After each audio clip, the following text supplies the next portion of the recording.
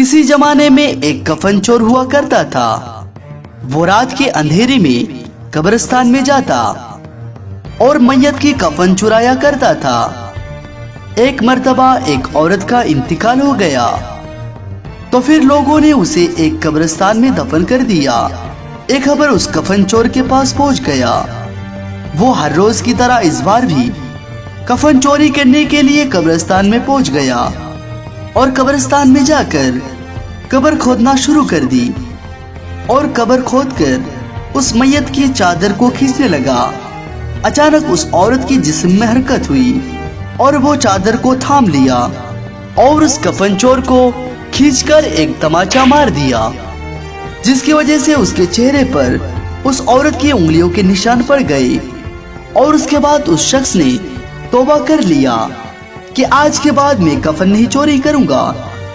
उस दिन के बाद से वो एक अल्लाह के वली के महफिल में जाता, लेकिन वो हर वक्त अपने चेहरे को ढक कर रखता था।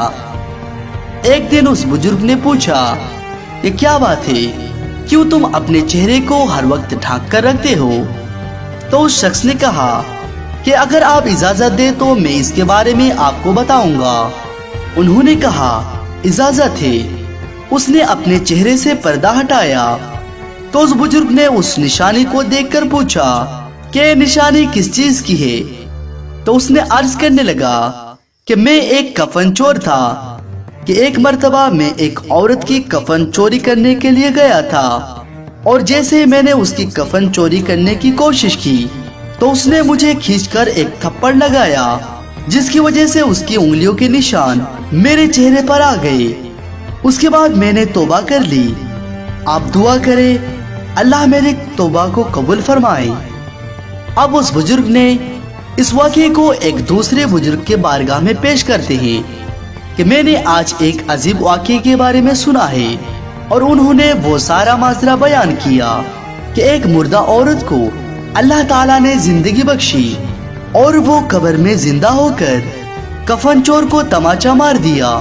तो उस अल्लाह के वली ने इस वली को फरमाया कि जरा उस कफन चोर को पूछो कि कब्र में दफनाया जाने वाले मुसलमानों का चेहरा किबले की तरफ जब कर दिया जाता है, क्या उसने कबे से हटे हुए चेहरा भी देखा है? अब उस बुजुर्ग ने कफन चोर को पूछा कि मुसलमान मैयत को कब्र में रखने के बाद उसके चेहरे को किबला की तरफ कर दिया जाता है, क्या तुमने किबले से हटे हुए चेहरे भी देखे? क्या तुमने किबले से फिरे हुए चेहरे भी देखे?